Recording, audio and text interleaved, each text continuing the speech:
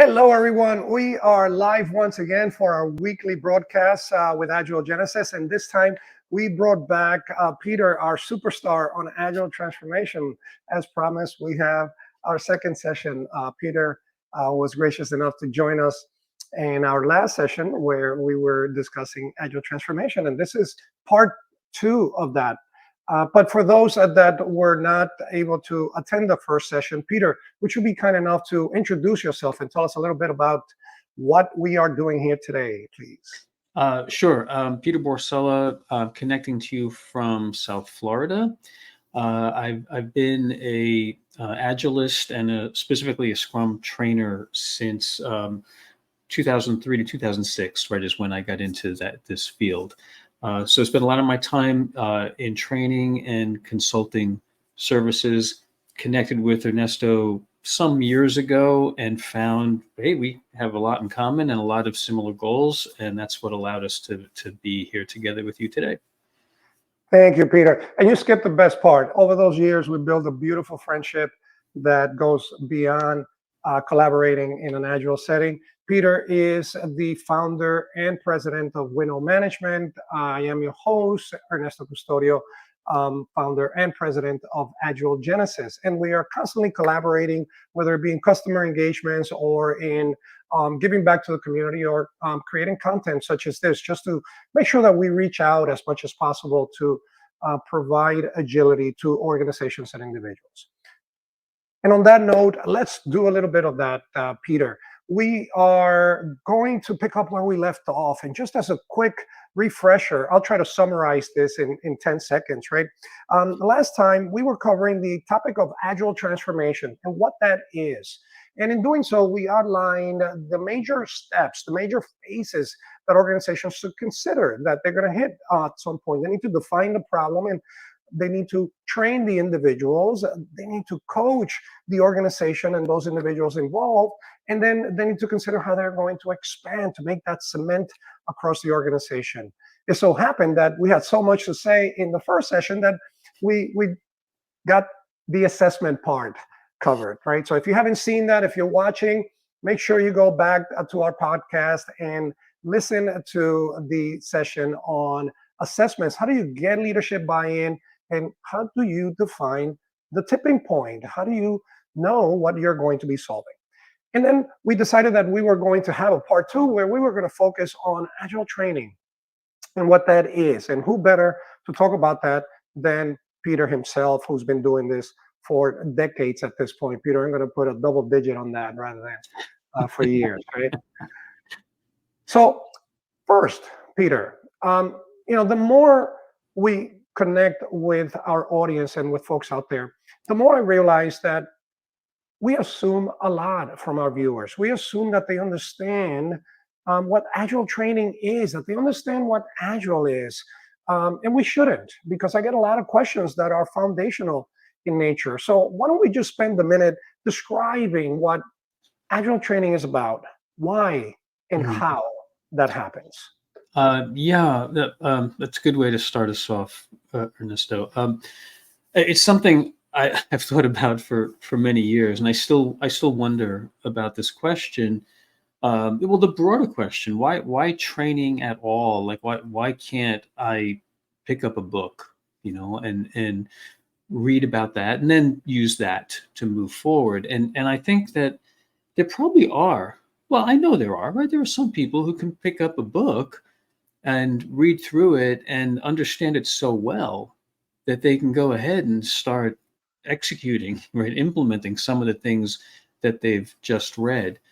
But what I think, what I'm trying to do, at least, Ernesto, and I think you're cut from the same cloth, is we're using that training to verify that people really do understand the concepts that we're talking about. Because you could read something and have a certain interpretation of it that sends you down the wrong path, right? So you want to make sure that you understand the concepts, even if you haven't read anything, right? We start at the foundational level. But the other aspect of it too that we focus on in both of our approaches to training is yes, the understanding, but I would add to that, what are the things that you can't get from a book? And that's where I think it makes the big difference. For instance, if this is new to the audience, right? The Agile Manifesto, right? The Agile Manifesto for software delivery, right?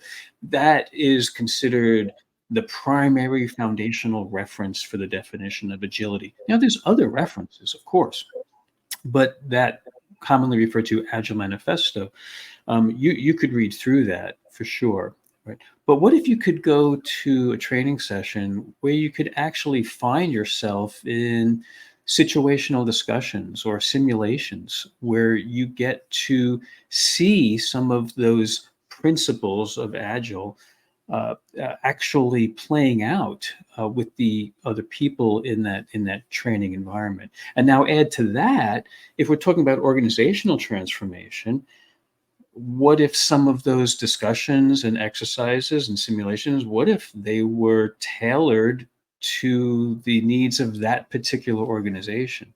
Right now, you have this really stark difference between knowledge that maybe you can get from a book and knowledge that you could apply, right, after being in a training session.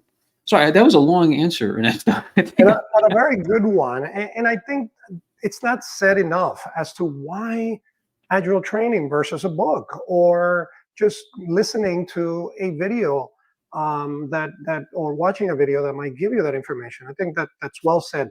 If I could help with an analogy for that, I sometimes think of it as driver's ed, right? When we were learning to drive, we read the driver's manual. We read that beautiful guide from the DMV that we all sort of learned the rules, but we still had to get behind the wheel in an isolated environment where we were free to run over things that weren't going to be a danger to anyone.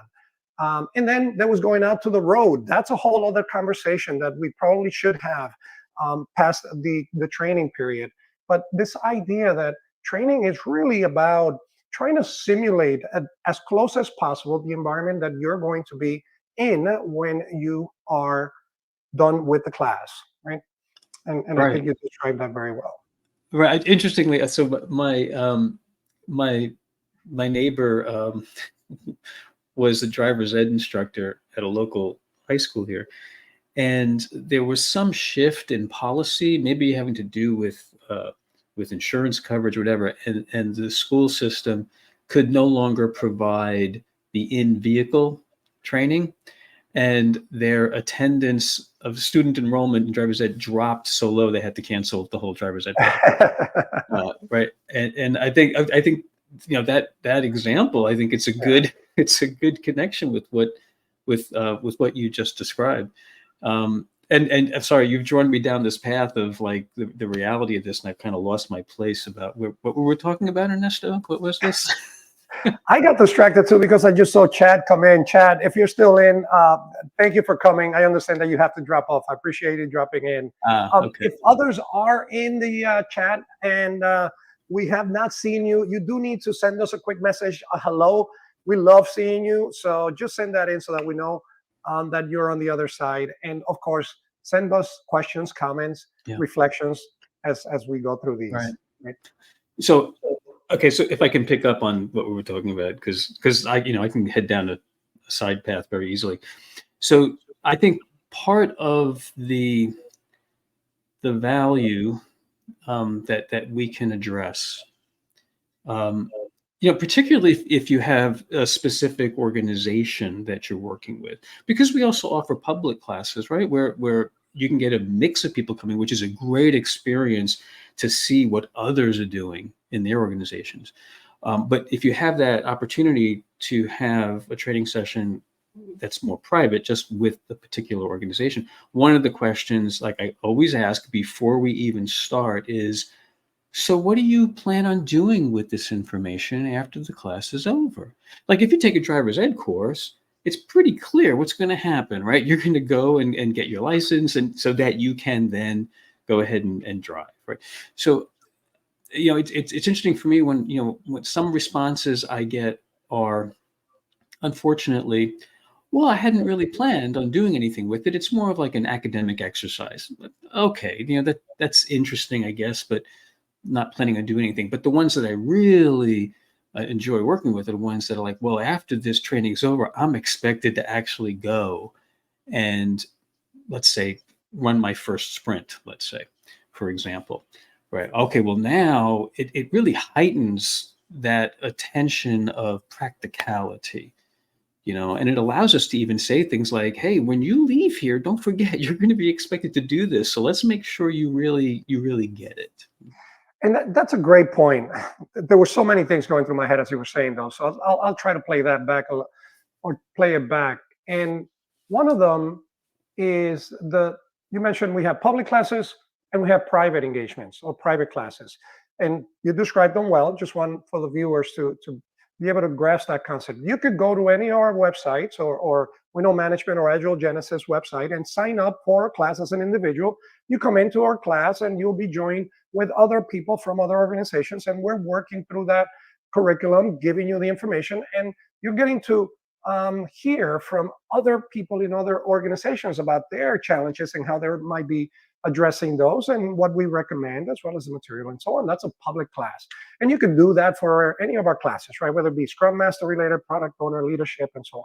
But you might be an organization that is undergoing a transformation. And at that point you said, hey, I've got hundreds of people, or maybe I've got 20 people that I want to train. Rather than sending them individually to classes, why don't we bring the instructor to us? And that way everybody is learning together around the same material. When we do that, we do customization.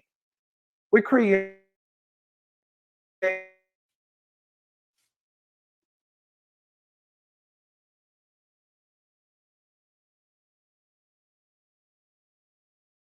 to okay, we're back, Peter. You had the spinning wheel for a second. I think we're back.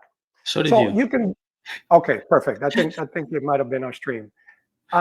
So we can do that, and when we go into organizations, there's an element of customization that we offer, so that we are speaking the language, the culture, and the objectives that organization has. That's a quick review on something you mentioned that was no more than just a fraction of a second, but I thought some of our viewers could understand the difference between those, Yeah. right? The private Thank you. versus the public. Right. Right. Well, as part of that, Ernesto, I mean, would it be worth also talking about um, maybe some of the different specialities, I guess, right? Because you started with the question about agile training. There's quite a lot to choose from, right? So let me play the role here. So I am an individual looking to learn what this Agile thing is about. Someone told me I should look into it because I've got some issues that I told them about in my organization.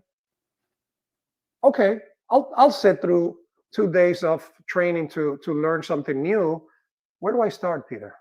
Uh, if I can play a little bit of role play here too. What do you mean 2 days, Ernesto?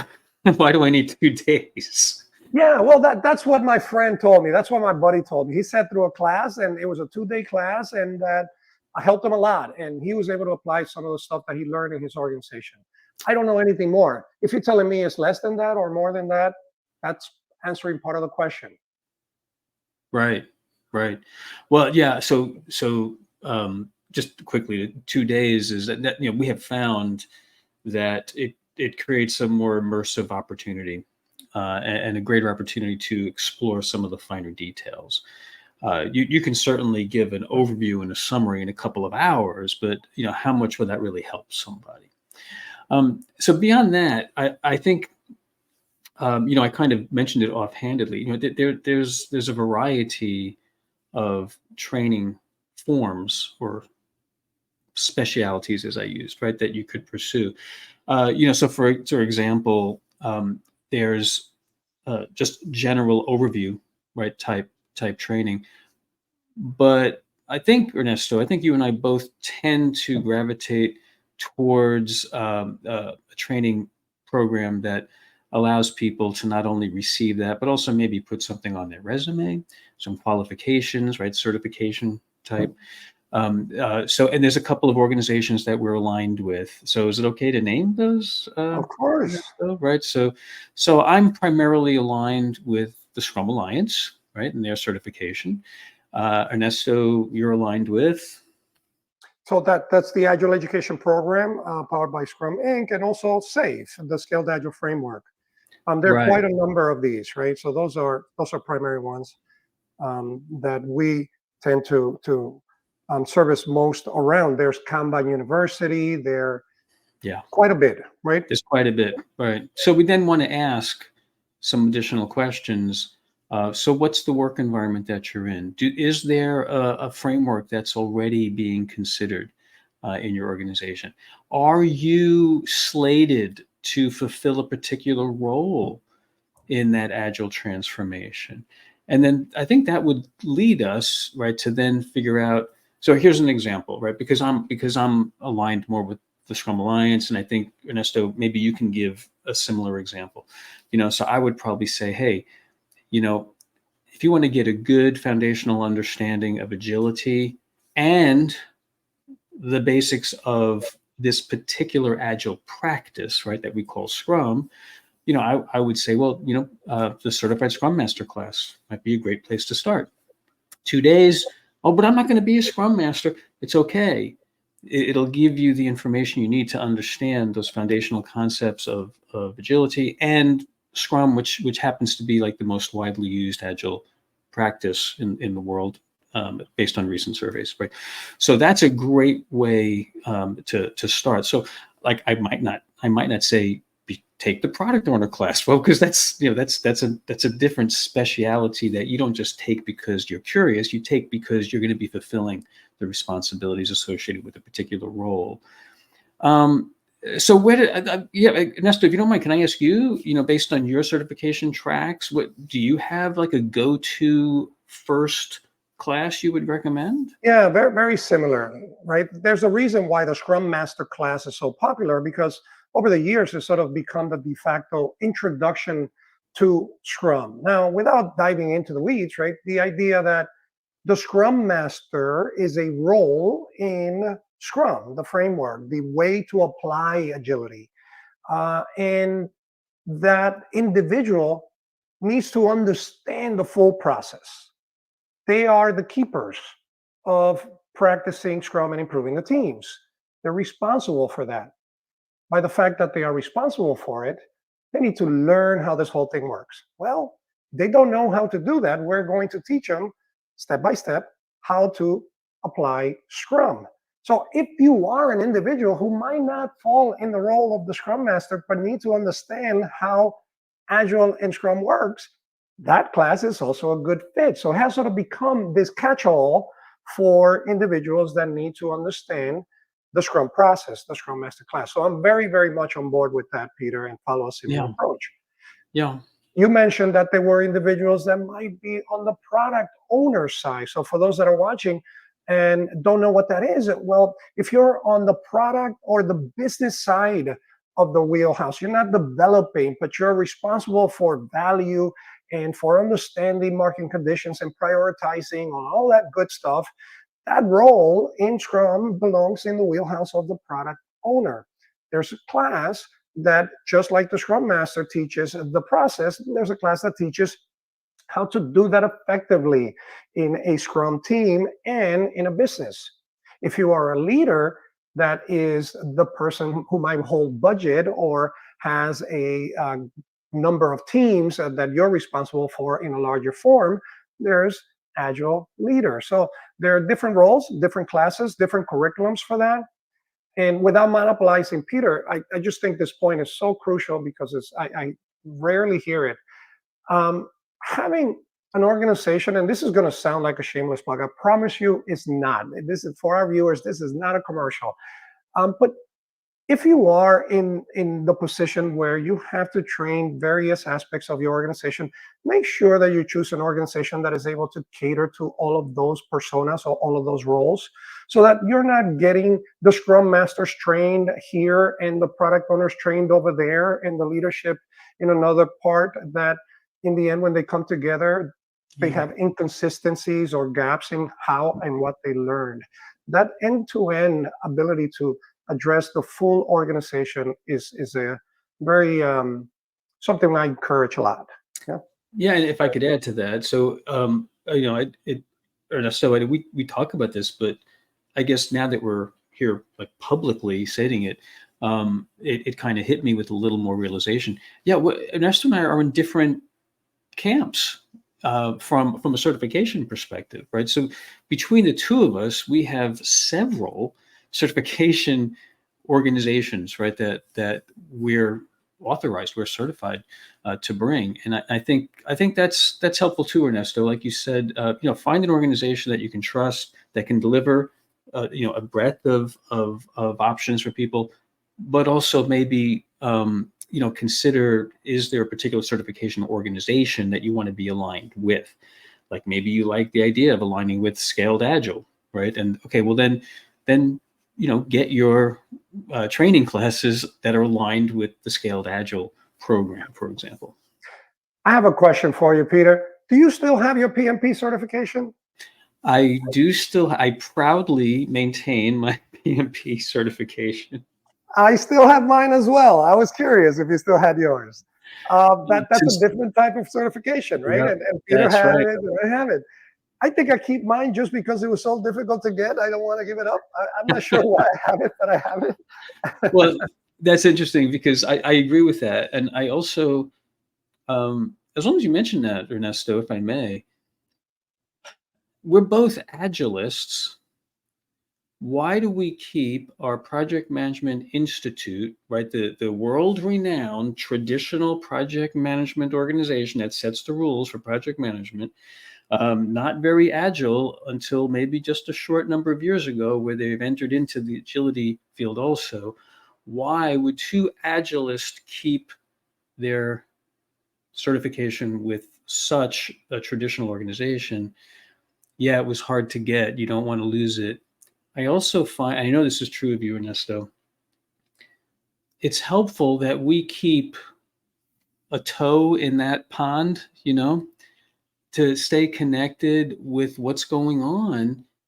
Back to the start of this conversation, people say, well, what's this agility thing? Well, a lot of those people that are saying, what's that agility thing? They're coming from that traditional pond, right? So by us remaining connected with that, it allows us to speak the language and understand the challenges that they're facing, in addition to our own experience in facing those challenges.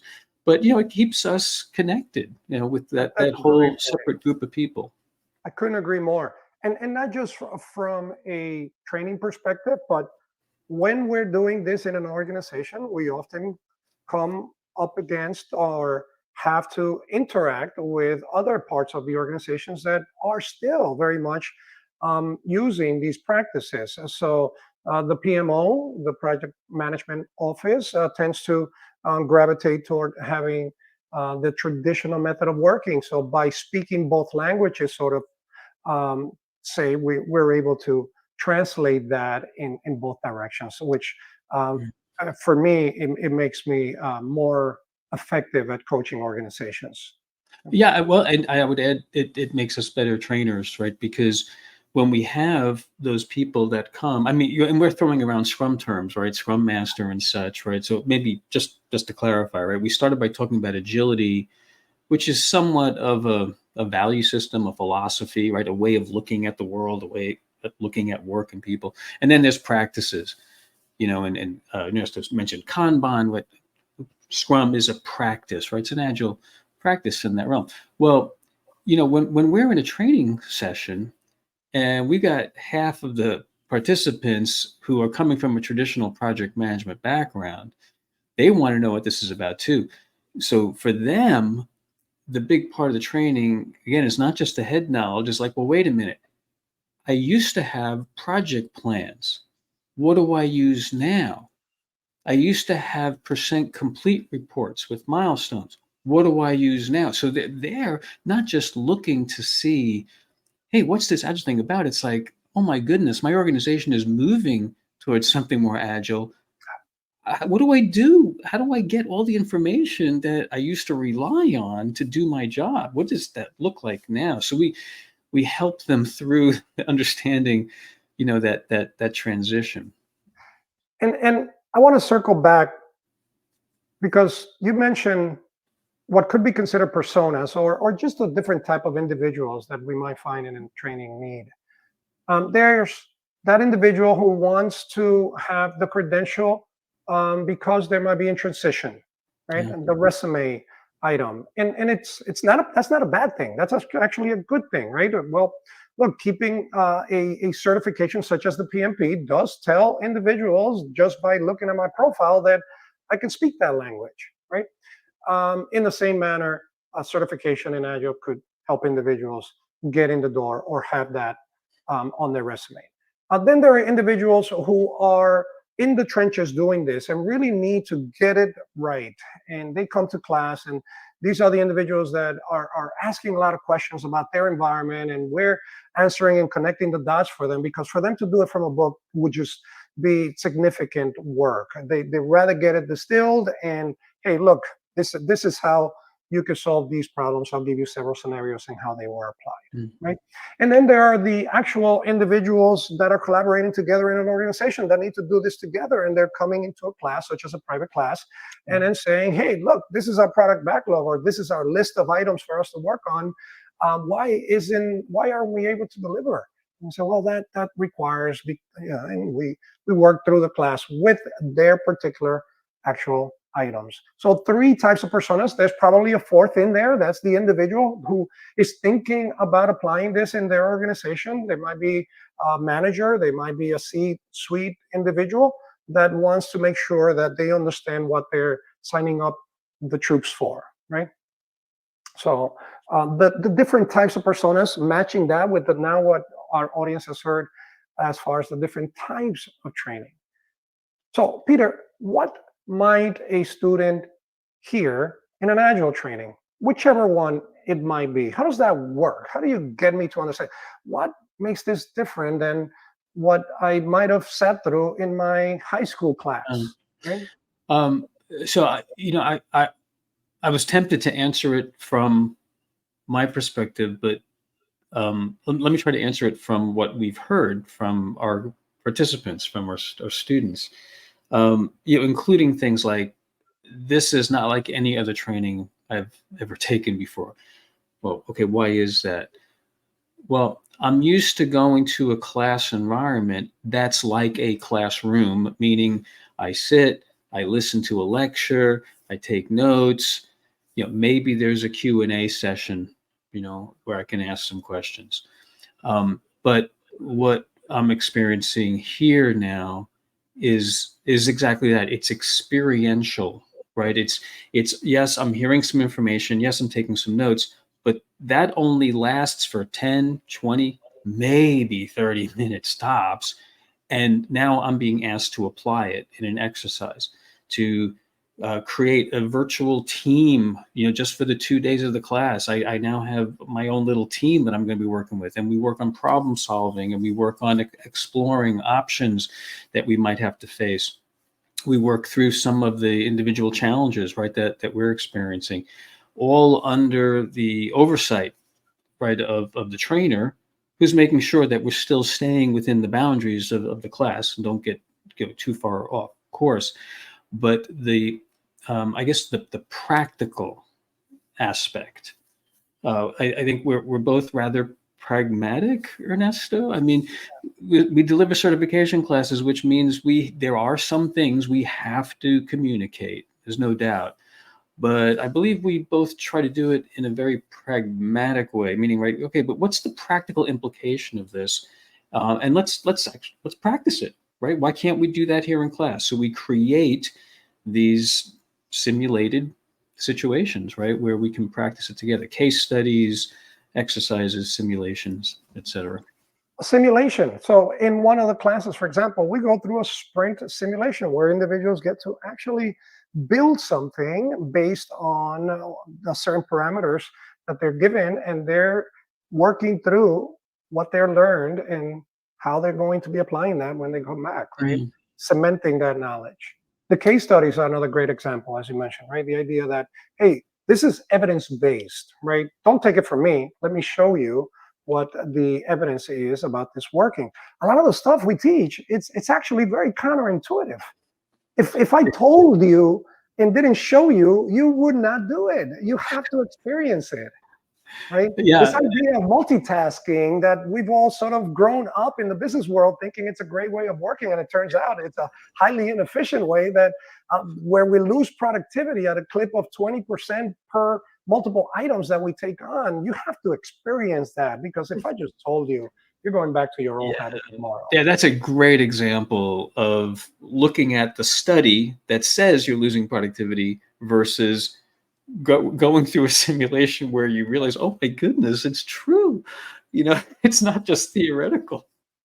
Yeah, and that I think is where explaining it falls short, because it's an experience more than a class. Yeah. It, of course, has everything you said, understanding the fundamentals, understanding the theory, but that's one part, right? Then there's the exercises, and then there's the evidence that goes with that. And of Yeah, course, the maybe. material that we laid on that. Please go Yeah, ahead. maybe we should stop calling them classes. We should start Yeah, that's calling a great point. I them don't know two-day what the right experiences. term. Yeah, what would be a right term for that, Peter? I would love to hear your thoughts on that, because I think the class doesn't do it justice. I like experience, a two-day Yeah, experience. Yeah. yeah, I actually like that. Yeah, a learning experience. Hmm. Huh. And then there's the material that we layer on that, right? The amount of information. Now, I think you were being modest. I know you were being modest when you put the 2 day versus a few hours, and you can get all of this in a quick hour, in a quick set of hours. Because I know your material well, you know my material well. It's quite a lot, right? We're not repeating the same material. In fact, oftentimes as instructors, one of the challenges is trying to get it all in at a pace that is sustainable for the individual to absorb, Yeah. right? It can be overwhelming if you're not careful. There's so much, right? And Mhm. and and for example, in my classes, individuals learn lean waste management as well, something you don't get from the agile related content, right? It is highly related because it's foundational. But if you read the Agile Manifesto or read a Scrum book, you're not going to get the agile wastes. Get scaling, you get distributed agile collaboration, things relating to today's environment. So Mhm. there's quite a lot that we, and maybe to an extent, we should, I don't want to say it's too much, but we just try to add so much value to it that it does require us to take the time to deliver that. And that's where that 2 day comes from, sometimes 3 days, depending on the class, right? Yeah. Yeah, and that's what I've heard. One of the most common pieces of feedback I've received is, "I wish we had a third day." I Yeah. can't give you a third day. This is what they're saying. I don't have 3 days, they're saying, but it would be great if we could spend a third. Ernesto, I just noticed someone. There's a question. Is that something that we should be There looking is at? a question, and we should address it, Peter. I'm so into the conversation, I'm not paying attention. What does that say? Let's say you're explaining Agile to someone unfamiliar with the term.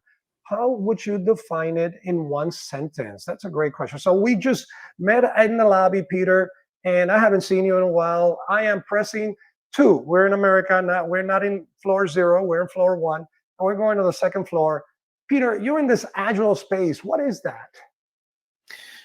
In one sentence, I would say it's an alternative to some of the traditional project management approaches that you might be used to using, that focuses more on team-based incremental deliveries, as opposed to long stretches of time, before you get to see things, and where people are siloed. We bring people together into teams, and they complete increments of delivery progressively as the time moves forward. I think that had a lot of commas and dashes, but it was all one sentence. We could string that together somehow, I where my couldn't get it grammar going. teacher would give me a beat, but she would understand. That was something, and you know what? I don't even like that description, because my description was more about the practice and the results, and not about the philosophy. You know, Yeah, um, that's a great point, right? And we go back and forth on that. But if we tell people it's a philosophy of working differently to deliver product, okay, and now they move on to the next person in the tea party. Um, but when we get into what this is, that's where the appetite lies, right? So I would say that Agile, it's an approach to working differently that is going to deliver customer value at a faster time with higher quality. Okay. Can I make an adjustment to that? Please do. Um, Faster time. How about early and frequent? Would that be I okay? love that. I love that. Because even the word incremental is loaded. People have to unpack that before they understood what we said. So I love that, right? Explaining it or Yeah. saying it in those terms. Yeah. Yeah. Yeah. So now I got to think of a one sentence answer that is more philosophical. So delivering value early and frequently. I like that.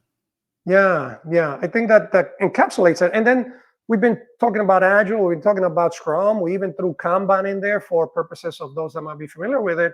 Then there's Scrum, which is really just how do you make this work at work? How do you apply this? We call it a framework, right? Because it's got just the minimum structure to make sure that you stay on that Agile path, that Yeah. different way of working, right? Right. Right. Great question. I love it. Love it. Peter, so now, and I think we're a little bit over on time, but that's okay. We got to make sure we get these things in. Um, we talked a lot about training, how this happens. Now I finished my training and I wake up on Monday morning and I'm heading to work and I am going to just apply everything I learned and it's all going to work beautifully. Tell us a little bit about that scenario. How much time do we have, Ernesto? So this, I think, this is one of the great ironies of what we do, um, because people will come through our, let's say, 2 day training,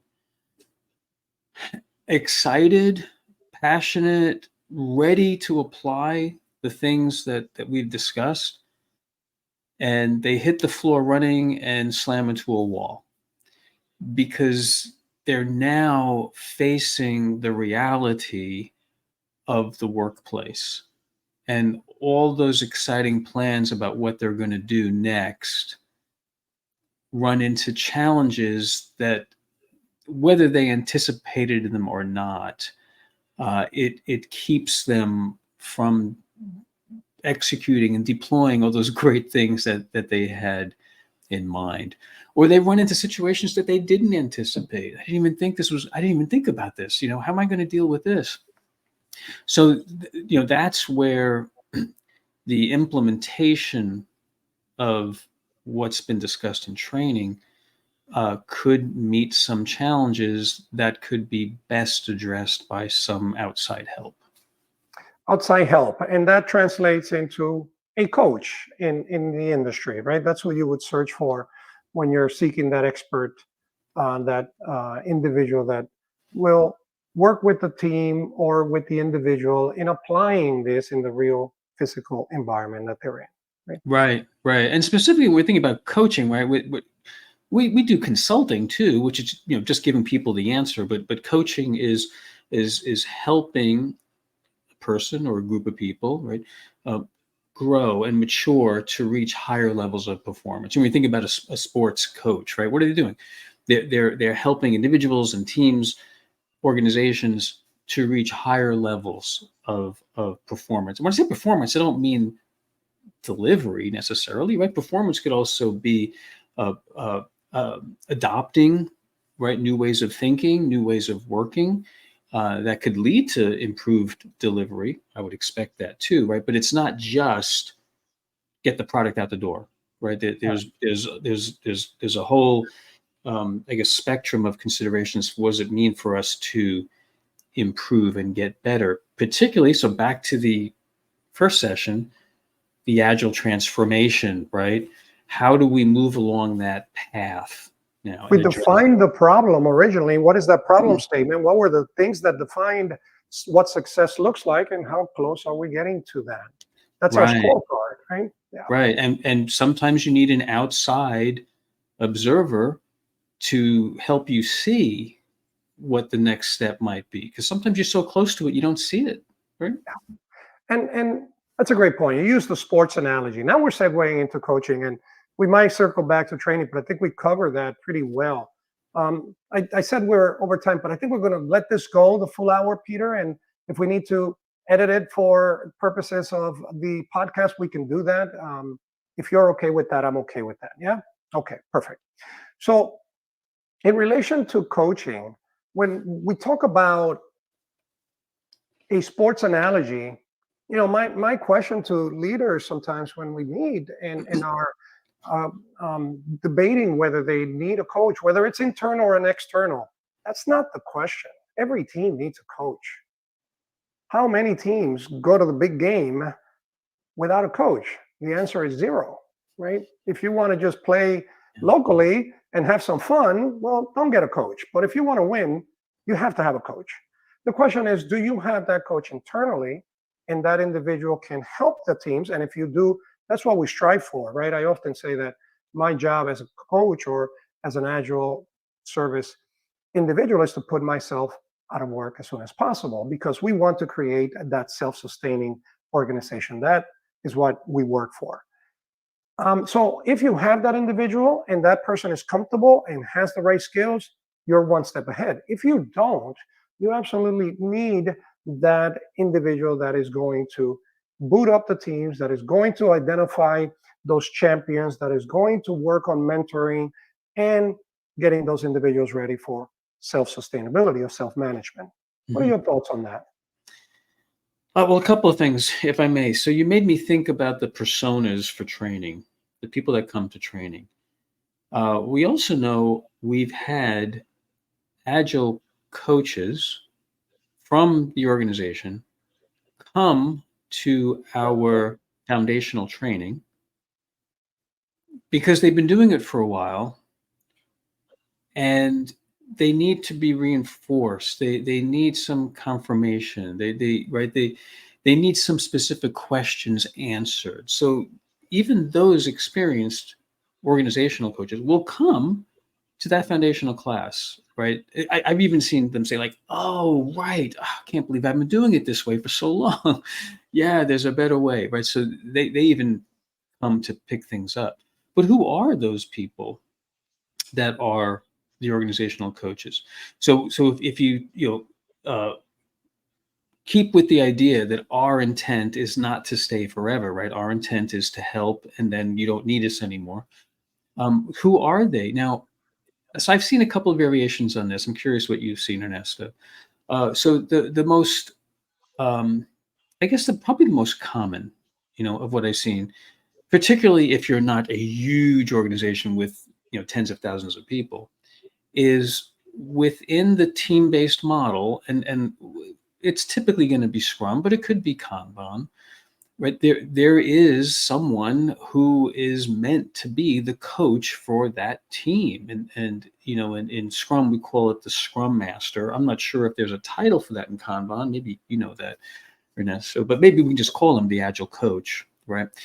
So they're the person that's focused on that small group of people to to help them achieve that growth that we're talking about.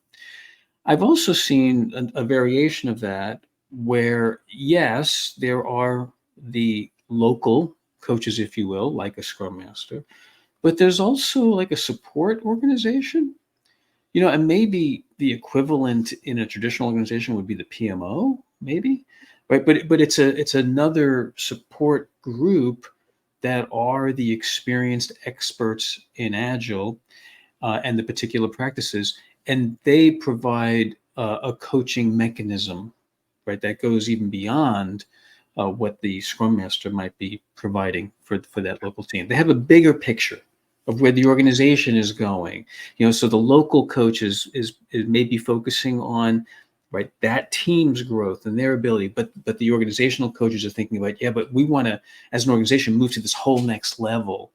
So how can we help those teams understand some of the things they need to consider to grow in this larger perspective? And Yeah, maybe more than those two. I think those are the most common models I've seen, Ernesto. yeah. They're definitely quite a combination of variations in those, right? Even with that small amount of variables combined, the way those get combined, right? So you mentioned the organization.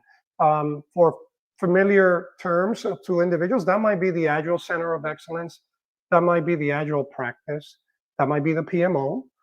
It might be even the customer success team, right? In some organizations, the internal team that is catering to making sure that the customer is right, and that becomes the product organization is one of those. But having that overarching, whether it's a single individual, depending on the size of the organization, or whether it's a team, is critical. So what you're pointing out is that there are potentially multiple coaches within an organization. It's not a coach. You would have a team coach, to your point, and then you would have an organizational coach. And in some cases, you have an enterprise coach, which is even larger in that case. And we're looking at all of the moving parts, because everything we've covered so far, from the assessment all the way to training and now on the coaching, and it doesn't have to happen sequentially in a phase gate approach where we close the door. We are, just like everything we do in Agile, we inspect and adapt, and we might circle back now, targeting another group of individuals, another team, and applying the lessons learned to how they're going to be assessed, to learn, and to implement this.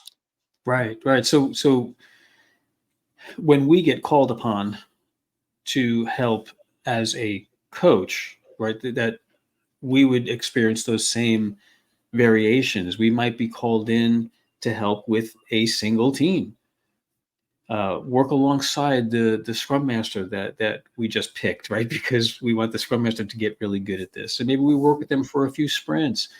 Should I use the word sprint? Because we haven't gone over that. Maybe for a couple of months, we work with them. And then other times we get called in, say, hey, we have 8 teams that are all coordinating together, like in a scaled agile model, right?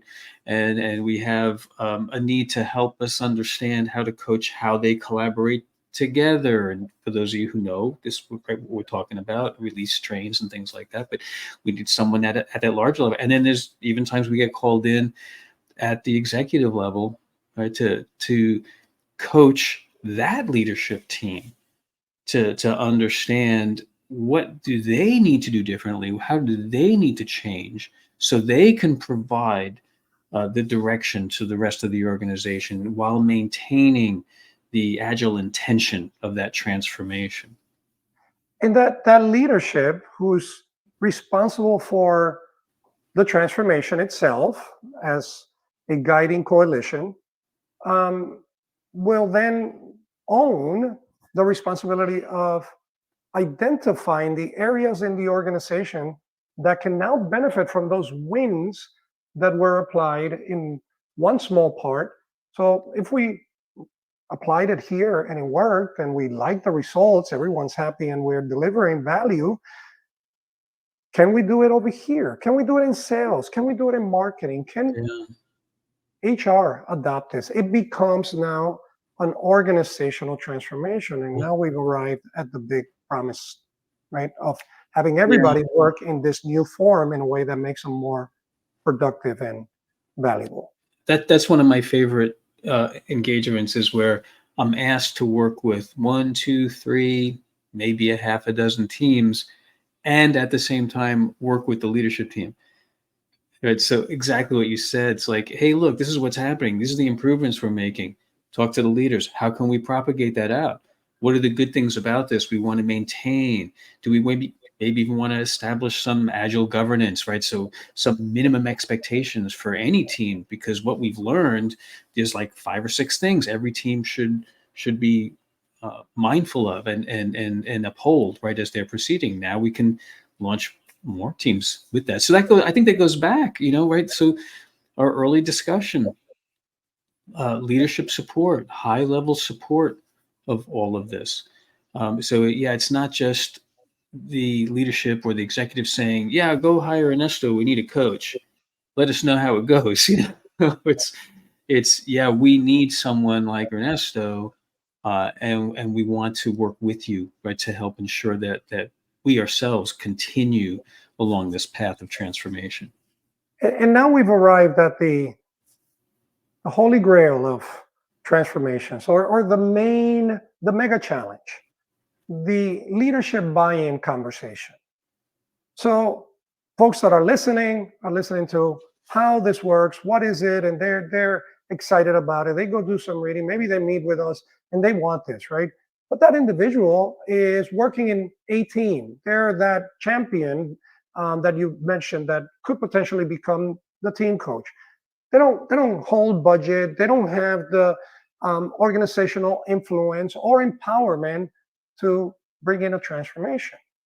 They understand that they need to change because they understand they're on the ground. They see how the individuals are working and how much waste there is, and we need to improve. And by the way, we have a deadline coming up, and we're not going to be meeting that deadline at the rate that we're going.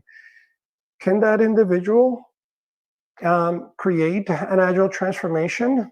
How do they enlist the leaders in doing this? What we call the buy-in. How do we get leadership buy-in? Because the leader might be sitting there saying, "Hey, everything is fine. We're getting the work out, even though Peter's working till 3 in the morning every night, and he'll probably have a heart attack in a month from now. But that's okay. We'll tackle that when we get there. For now, we're getting what we need. Why do we need to change?" So Well, you've just created a more challenging situation, right? Because when we first started talking about this, the idea was helping them identify what are the problems that they would like to address, and how can a natural transformation help address those challenges that they're experiencing. The I think the tough case is when they think everything's going fine. Work is coming out.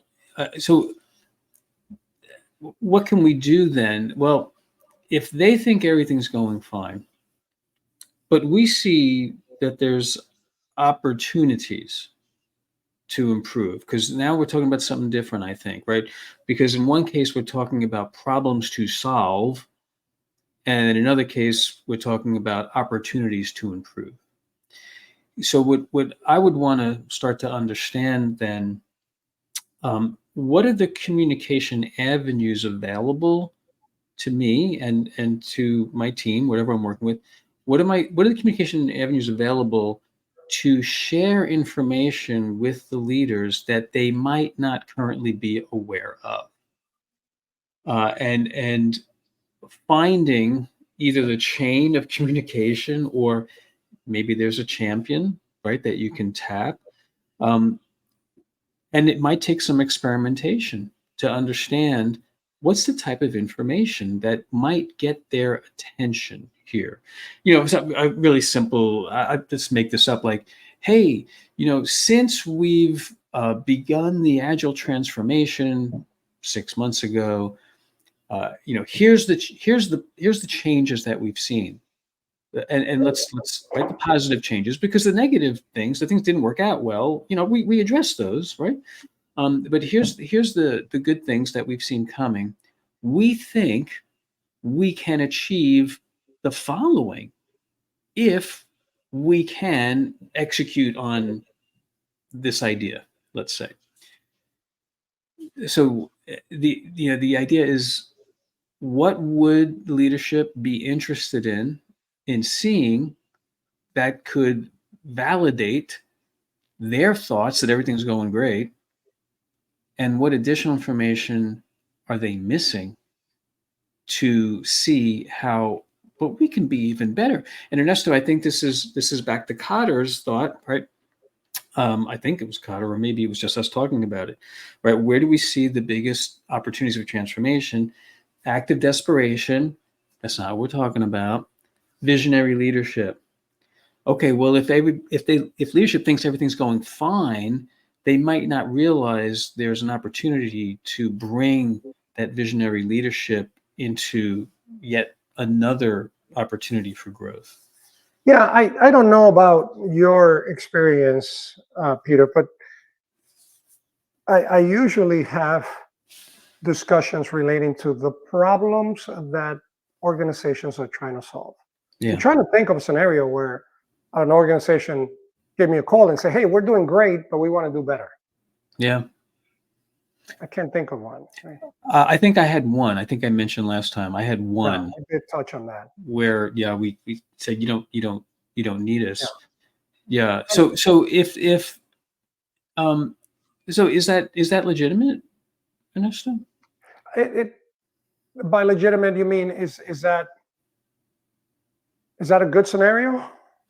Yeah, Yeah, yeah. Because I if don't we're know not that getting, yeah, we're not getting called because everything's going great. They yeah, don't, right? I don't know if there's a right and a wrong. It's just a scenario, and that sets the picture for what our next set of steps are. That's why this approach, this agile consulting, it's really about understanding the need.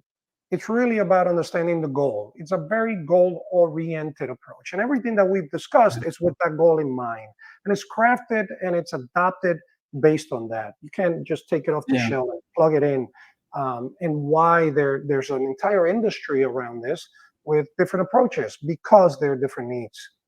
So I Yeah, think and I it's think, important there. my leading question about is it legitimate? Um, I think it has to do with what is agile. So back to right back to the question that was posted. Could you describe agile in one sentence? Um, Maybe not, but here's another perspective on agility. It's a journey, right? It's not a destination. So my cynical perspective is when an organization says we've made it, we've arrived, my cynical question might be, well, are you really agile then? Because it's a journey, right? So do you ever really arrive? Maybe you arrive at addressing the complex problems that have been vexing you for years, but what's next, Yeah. right? Isn't there Yeah. the next thing? So let's stick to our original analogy with respect to sports, right? I'm an athlete. What does that mean? It means that by the very nature of what I identify as, I am going to constantly train, improve, and get better. Over time, I continue to be an athlete. When I stop doing those things, I stop being an athlete, right? The process itself is the agility that we seek, or Yeah. that experience, as you said, right? The idea that it's not a destination, it's a journey. I love that. Hmm. All right. All right. Is there anything else we have not covered today in respect to training, in respect to our coaching approaches and what these are, and Yeah. expansions that might shed light for individuals, these burning questions that individuals have, whether they're basic or advanced? Well, just one, if I can add one more thing. When we talked about coaching, I think we sent the message, whether it was explicit or not, right, that it's very custom for the particular needs. And when we talked about private training, we said, hey, that gives us an opportunity to cater to their particular needs, but it's still a certification class, so that there are some things we have to cover.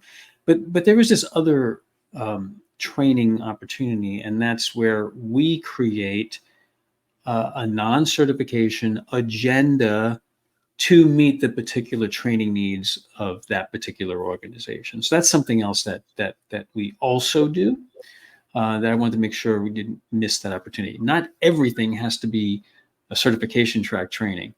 We I do love lots that. of custom training too. And I want to emphasize something you mentioned, right, relating to the experienced individuals, the agile coaches. It's not about beginners, right? We had a conversation introducing Mm, what this is for the folks that might not be familiar with, but in many of our classes, and we have advanced classes, Scrum at Scale, SAFe classes. They're pretty advanced in terms of how do you do this in a very large setting. You've got advanced, literally classes that have the name advanced in it for even Scrum Masters, right? yeah, The idea that this is for every individual to have the opportunity to continue to grow in where they might be at the time. Right. right, right. Now, Peter, here's a question I've been pondering. I'll throw a tough one on the table. Right. You got an individual who says, "Look, Peter, my team is producing, but I'm really tight here in a time period that I need to develop. In order to get there, I need to double my team's ability to deliver. I don't have the budget to expand them, but I need to make them twice as productive. Can you help me do that?" Yeah, double all of your estimates, and when you then deliver, this was funny because Mike Cohn sent out an April Fool's email about how to double your productivity in just a few easy steps. Just double your estimates, and then it looks like you're delivering twice as much as you used to. Um, so you need to double now. Do you mean that someone has set an expectation that I you? I I am looking for this solution, and I know I'm up against the wall. What can you do for me? I really need to get my teams to that higher level of productivity. Right. I don't have Uh, time for a lot of principles and values. I am up against the wall. What do we do about that? well, hold on a second. If you don't have time for principles and values, are you saying you just want to do things differently? I mean, I just want you to get them to be more productive. I need more out of these guys. I mean, I know you work with methods that allow you to increase their productivity. So are we able to get there? And in fact, I want this as soon as possible. I'm sorry, I'm laughing because this is like I feel This like is I'm good on role play, right? I Uh, feel like I'm on candid camera. Like, okay, when are you going to, tell me what's really what going else am I going to throw at you, right? This is on? the Yeah, idea because that yeah, I know it's look, Ernesto, I don't know if I'm going to head down the wrong path here. You'll straighten it out if we need to, but you can see my reaction. It's almost like a trick question. and it is, right? This is about Oh, the magic bullet expectation, right? that's right. Oh man, I'm so glad. I was thinking like, oh my God, is he really looking for an answer? That's it. So I call it the silver bullet, right? Yeah. The silver bullet, the one thing that's going to solve all your problems. Big mistake. A big mistake. Matter of fact, you could argue moving to an agile approach because this question that's being asked doesn't even address the philosophy, right? Which is what agility is resting on, right? This belief system, if you will. They're just looking for output, right? So with if that's what you're looking for, you're you're not addressing the true change, right? That needs to be discussed to get you what you need. There's no, I was reluctant to say it, but I'll go ahead and say it. I'm going to talk about Scrum specifically. Okay. Scrum, I would argue now, the founders could chastise me for saying this. Scrum was never intended to solve all your problems. That was never the intent. The intent was to create a simple, productive work environment where the customer is engaged with the people that are actually building, and we continuously improve by inspecting and adapting. That's it.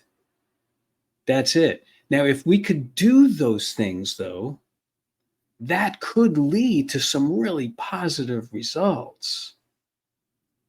But to think that Scrum is going to fix the problems that you already have, big mistake. Scrum actually highlights those problems for you. I like to think about Scrum as like a magnifying glass or a mirror, right? It highlights, a spotlight, it highlights, it shows you who you really are. And now we realize, oh my goodness, this is really hard. We've got all kinds of problems that we've been ignoring all these years or covering up, whitewashing them all these years. And now you want me to take, 9-month, 12-month deliveries and somehow figure out how we can deliver something in 2 weeks. What that does is it compresses all of the garbage that spreads out over 6, 9, 12 months. It compresses into a 2-week period. Now you got all this garbage that keeps you from delivering. And like, well, now what do we do with this? and So and it's to put a guarantee next to that, right? That hey, in X period of time, you will have X amount of improvements. And it's in itself contradicting the principles and the approach that we're Right. trying to Right.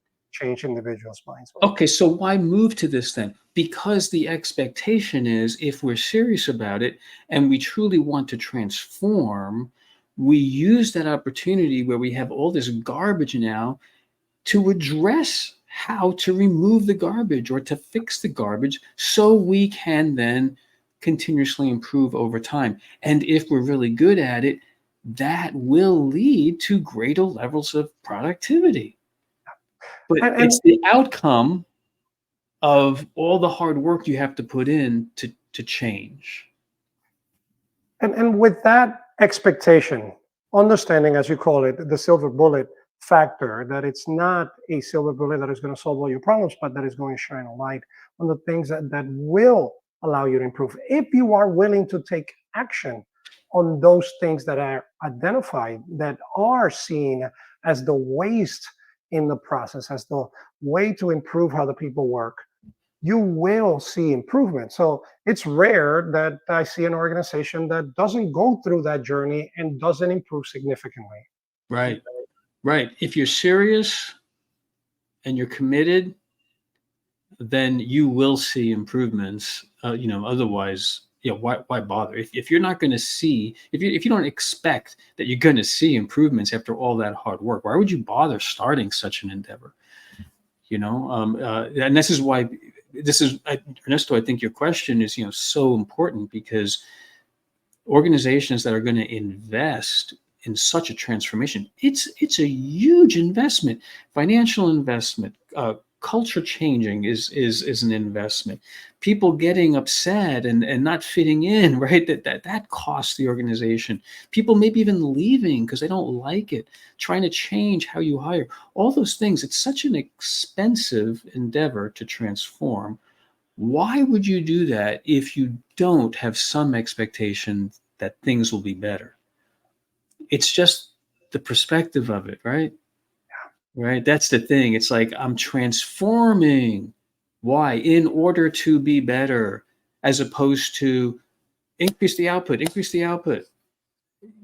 But hold on, you missed the whole part about transformation. And we got to the output we were seeking, so we're done, right? So Right, we know right, that exactly, comes with a exactly. price. Yeah. All right. We have completely gone over the second time box, but that's okay, right? Because we're live, we're having individuals that are viewing this, benefiting from what we're exchanging, and maybe we'll do a little editing here and have it in multiple sections if need be. But Peter, I want to thank you so much for your wisdom, for your time, for joining us again, so that we were able to bring this conversation further. So thank you again. Hopefully we'll have another session in the near future as well. No, it's a pleasure. Thank you very much, Ernesto. Be well.